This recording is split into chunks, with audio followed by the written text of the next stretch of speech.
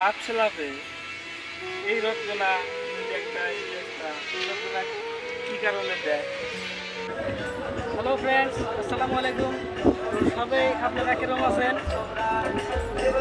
মোটামুটি আমার হেল্পার কাম করে ওর একটা প্রশ্ন করছে, মানে যে বিল্ডিংয়ের সাইডে মানে টপের স্ল্যাবে যেটা যেমন নাকি আমরা ময়লিং পোস্টবিলাক কই, যেটা ছোটো বামুনডারি, যেটা আমরা ছোটো ছোটো যেটা পোস্ট দিই আমরা, মানে এস্টিমেট রাখি যাতে আমরা হাফ ওয়াল রাখতে পারি আর কি। তো ওই হিসাবে রডগুলো দিয়ে রাখছিলাম।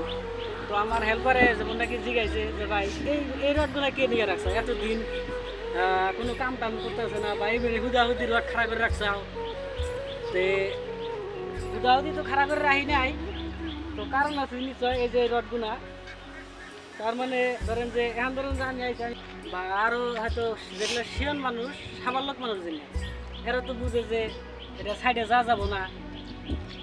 আর তারপরে যেগুলা নাবালক বাচ্চা যেগুলো আছে তোমার ছোটো 5 থেকে 7, 10 এই ধরনের বয়সের যেগুলো বাচ্চা টাচ্চা আছে, তো এমন আছে হুড়াহুড়ি পাড়াবাড়ি হয়তো খেলাইলো, এমনও বাচ্চা আছে ধরেন যে ক্রিকেট খেলাইলো এই ইয়ের মধ্যে স্ল্যাবের উপরে ধরে, বা ফুটবল খেলাইলো, বা কিংবা একটা গাড়ি ঘোড়া দিয়ে খেলাইলো স্ল্যাবের উপরে। তো ধরেন বাচ্চা মাইসের যতই ব্রেক চালাইলো, ধরেন একটা এরিয়া থাকার দরকার, মানে সেফটির দরকার।